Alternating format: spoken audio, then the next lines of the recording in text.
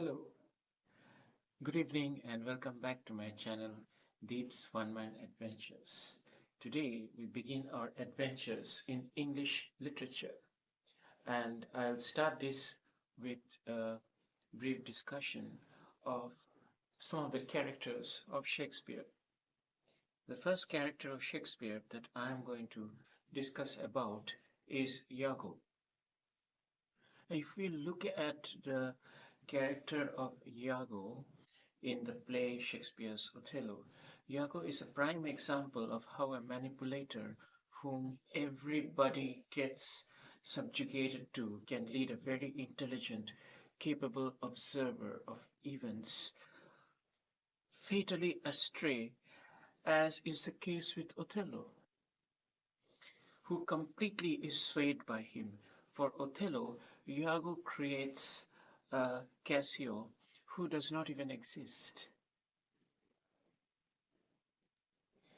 For example, in the peeping Tom scene in Othello, which is in Act 4, Scene 1 of the play, Iago's whole plot is to frame Cassio is in danger of coming unstuck. That is, he nearly gets caught by Othello, that he is manipulating him, as it is about to become clear to Othello that Iago's concern for Desdemona is not at all about her treachery, which he alleges, but about Cassio himself, whom he wants to remove from his commission. This is a situation when Iago is having an exchange with Cassio, which is planned, which as planned, Othello is overhearing. Iago is lucky because just then Bianca, Desdemona's chambermaid, arrives with the handkerchief that finally makes Othello believe that his wife is having an affair with Cassio. In fact, Iago is such a master manipulator that even the audience is in danger of becoming completely inured to his plot. We are so familiarized with Iago's manipulation of everyone around him that it is not possible to measure how much he has transformed the atmosphere both on stage and off stage. There is a sickening monotony to his success at getting everyone around him to believe him, and we are able to predict it beforehand. Even Emilia believes Iago, and she is completely unaware of his villainous nature, for she readily gives her mistress' handkerchief to Iago without asking herself once what use Iago might possibly have for that object.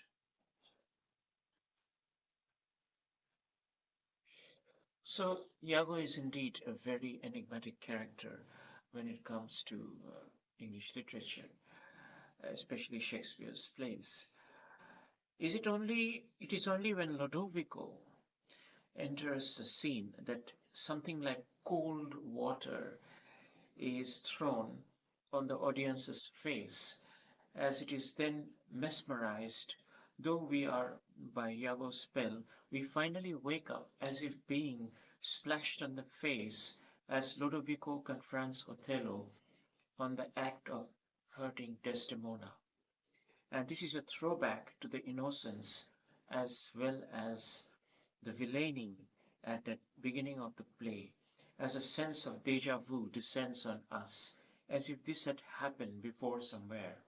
For we are reminded of the scene at the court at Venice at the beginning of the play, where it was Othello who had to proclaim his innocence in front of Barbanito and declare his undying love for Desdemona, for hurting whom now, in the later part of the play, he was again proclaiming his innocence, and Desdemona's so-called betrayal so completely has Iago been successful in inversing the same situation.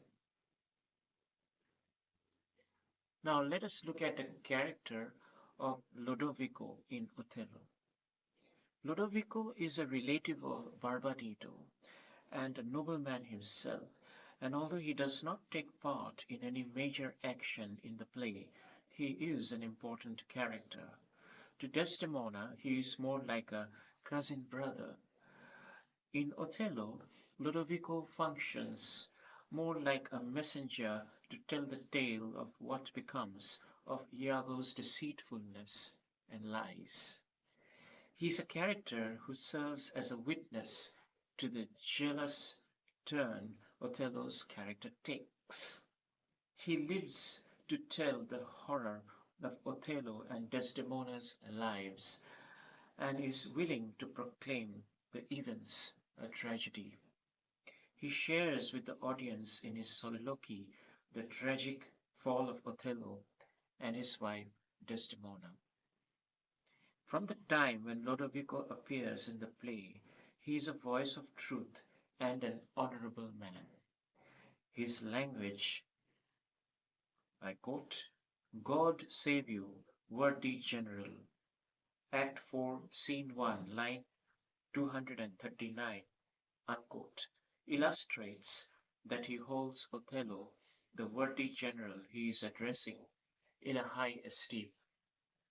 However, by stating God save you, he is also indicating that Othello's actions were so grave and his character had taken such a turn for the worse that it would be only divine intervention which could bring Othello back to the correct path.